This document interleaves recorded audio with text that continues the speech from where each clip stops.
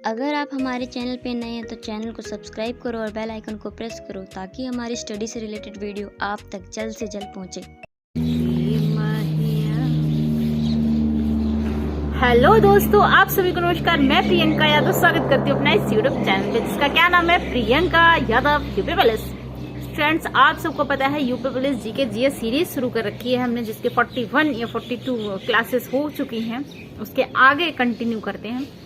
आपको पता है यूपी पुलिस की वैकेंसी भरमार आने वाली है, फिर पता नहीं कब आएगी। लास्ट चांस है, मन से खूब से दिल से पढ़ लो, ठीक है। अच्छा, आप सबको दिक्कत किस में होती है? जीके में।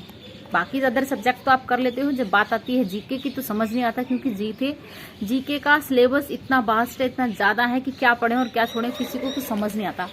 तो कोई थोड़ा सा गाइड कर दे कि हाँ इस फील्ड से क्वेश्चन आ सकते हैं, ऐसे क्वेश्चन आते हैं, तो हमारे लिए थोड़ी सी आसानी होती है।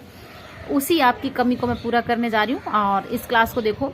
अच्छा, मेरी क्लास ऐसी नहीं होती आप उसको लिखो बैठ के, ऐसा नहीं है। आप बस एक बार ध्यान से सुन लो, इतना ही काफी है। ध्यान से सुन लो, जो क्वेश्चन आते हैं तो ठीक है, नहीं आते हैं तो उसे एक बार और सुन लो। बस यकीन मानो, जैसे मैं बातों में बता रही हूँ, आपको ऐसे 10 से 15 क्वेश्चन अभी के अभी याद हो जाएंगे। बस 10 मिनट से ज्यादा की वीडियो नहीं होगी, अपने 8-10 मिनट थोड़े से बचा लो और एक बार वीडियो देख लो। पूरे दिन पढ़ते हो, पूरे जो भी पढ़ते हो पढ़ते रहो, जो करते हो करते रहो, लेकिन मेरे कहने पर एक बार ये 8 से 10 मिनट की वीडियो आप कंटिन्यू देखा करो। एक बार नहीं, 2 बार देख लिया करो, ठीक है। और यहाँ से क्वेश्चन फंसेंगे पक्का। चलो, पहला क्वेश्चन है आपका कि सोना घुलनशील है किसमें? आपको पता है जो भी हार्ड मेटल होता है, लाइक गोल्ड, प्लैटिनम, इस टाइप का, वो किसमें घुलनशील होता है? अम्लराज में। किसमें? अम्लराज में, ठीक है। अगला क्वेश्चन, UNFCCC का विस्तार कीजिए। UNFCCC का क्या फुल फॉर्म होगा? बंदर है पीछे। United Nations framework convention of climate change, ठीक है। तो ये होगा United Nations framework convention of climate change.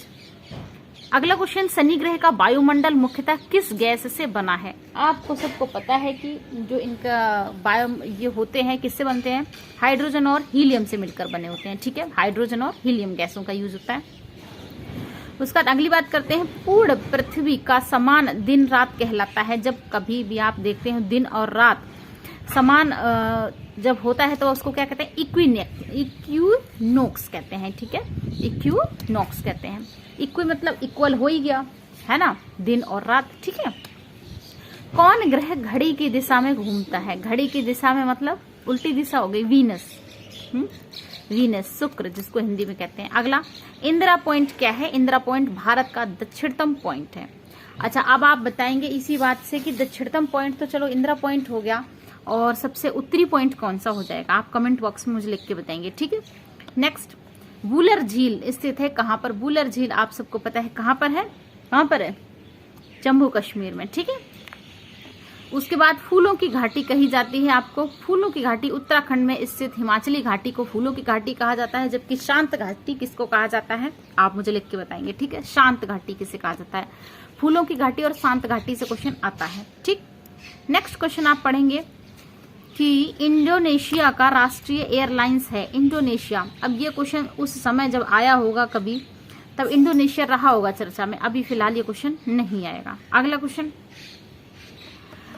वो NSA नेशनल सिक्योरिटी एडवाइजर, इसके बारे में आप थोड़ा सा पढ़ लेंगे क्या है ये, ठीक है, NSA के बारे में।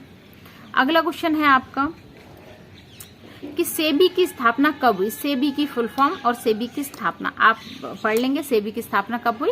88 में, 1988 में, ठीक है। उसके बाद अगला क्वेश्चन है कि अच्छा, करंट से आपको क्या याद करना है? और आज आप करंट में क्या याद करेंगे? जो बैंक है, जो नेशनल बैंक है, उनके उस समय चेयरमैन कौन है वो आप याद करेंगे, ठीक है। आज का जो मैंने आपको होमवर्क दिया है वो ये है कि आपका जो है इस समय जो नेशनल बैंक्स हैं उनके चेयरमैन कौन है, आप उनके नाम याद करके रखेंगे, ठीक है। अगला क्वेश्चन, इंदिरा गांधी द्वारा आपातकाल के दौरान किया गया संशोधन कौन सा था? इंदिरा गांधी के दौरान आपातकाल में किया गया संशोधन कौन सा था? 42वां संविधान संशोधन। 42वां संविधान संशोधन कब किया गया? 1976 में। जबकि 44वां संविधान संशोधन कब किया गया? 1978 में। ठीक है, ये दोनों संविधान बहुत ही अपने आप में एक क्वेश्चन बनता है, यहाँ से हमेशा क्वेश्चन बनता है 42वें और 44वें 42वें और 44वें संविधान संशोधन से, तो क्यों ना आप इनको अच्छे से दोनों को रट लो। नेक्स्ट क्वेश्चन है, गुप्त वंश का असली संस्थापक था। गुप्त वंश का असली संस्थापक कहने का मतलब कौन था? चंद्रगुप्त प्रथम। चंद्रगुप्त प्रथम। ठीक है, अगला क्वेश्चन, वह विज्ञान जो मनुष्य की बीमारियों के बारे में व्याख्या करता है, वह विज्ञान जो मनुष्य की बीमारियों की व्याख्या करता है वो क्या कहलाता है? एंड्रोलॉजी। इसी तरह से आप स्टडी पढ़ लेंगे, स्टडी की इसको क्या कहते हैं, इसको क्या कहते हैं, इसकी स्टडी को क्या कहते हैं। ठीक है, तो नेक्स्ट क्वेश्चन करते हैं कि कृषि में पीली क्रांति का अर्थ क्या है? तो कृषि में पीली क्रांति का अर्थ है किससे? तिलहन से।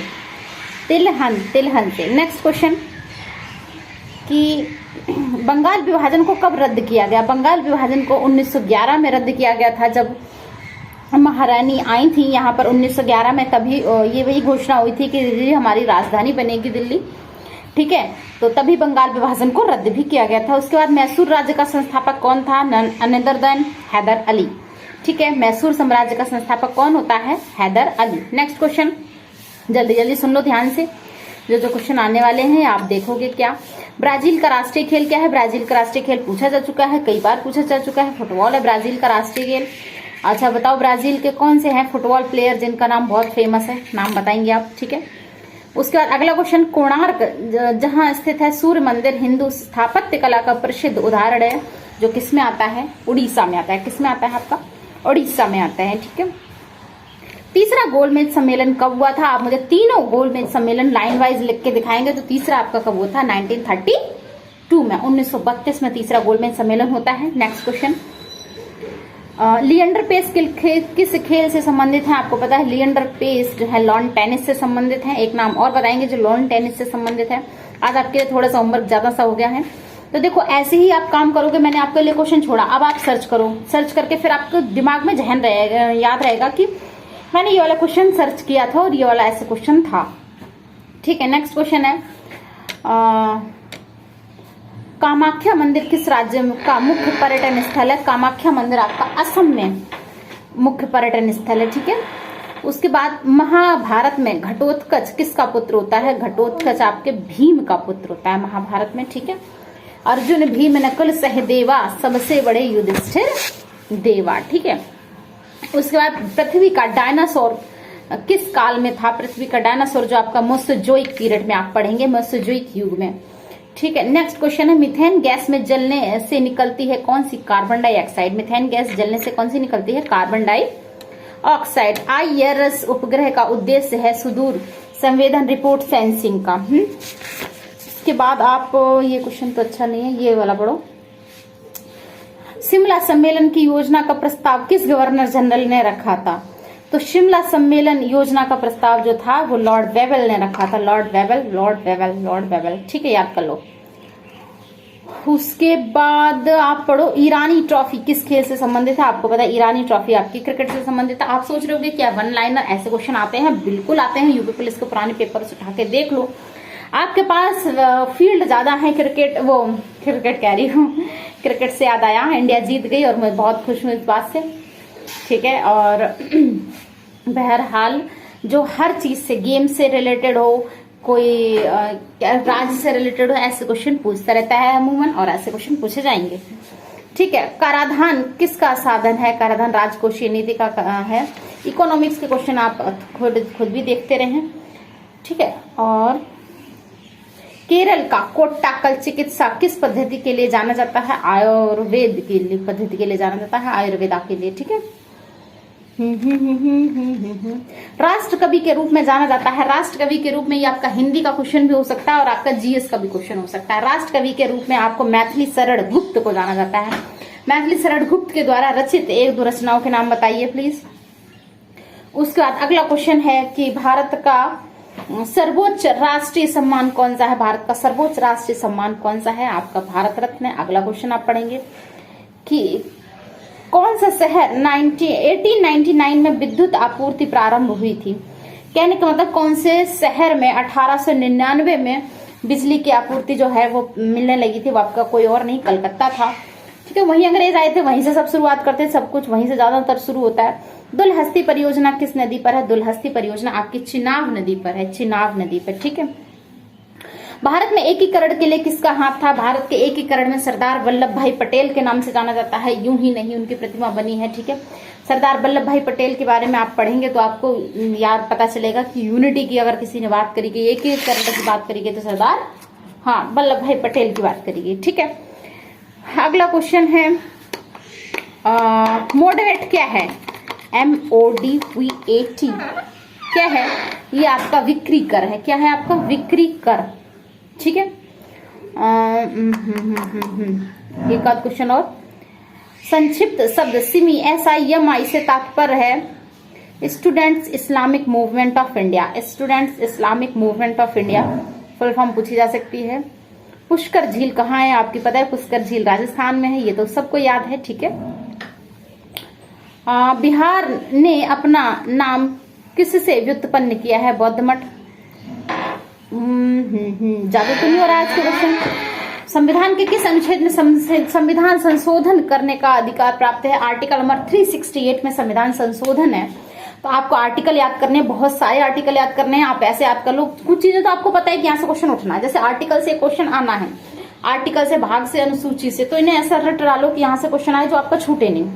ठीक है, तो आप आर्टिकल याद कर लेंगे। तो बहुत खास आर्टिकल है संविधान संशोधन, कॉन्स्टिट्यूशनल अमेंडमेंट, जो आर्टिकल नंबर 368 कहता है। ठीक है, नेक्स्ट क्वेश्चन आप पढ़ेंगे कि एशिया की छत किसे कहा जाता है? पामीर के पठार को एशिया की छत, द रूफ ऑफ एशिया कहा जाता है। ठीक है, नेक्स्ट क्वेश्चन आपका है वंदे मातरम लिखा है। वंदे मातरम आपका बंकिम चंद्र चटर्जी ने लिखा है, वन लाइनर करके। मैं आपको बहुत जल्दी 5-6 क्लास में ये वन लाइनर खत्म करके फिर आपको डिस्क्रिप्शन में थोड़ी चीजें बताऊंगी, बस उनको आपको ध्यान से सुनना होगा।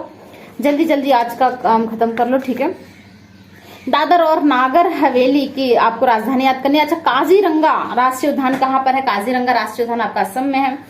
उसके बाद आप बात करेंगे कि फीफा, इस बार बताएंगे फीफा का आयोजन कहाँ हुआ, ये आपका करंट का क्वेश्चन है। ठीक है, इसी के साथ ये क्वेश्चन आप दोबारा 2 बार में याद कर लेंगे, मतलब आपको बहुत सारे याद होंगे, बस रिवीजन करना होगा। मेरी वीडियो को आपको लिखना नहीं है, सिर्फ सुनना है, ध्यान से सुनना है।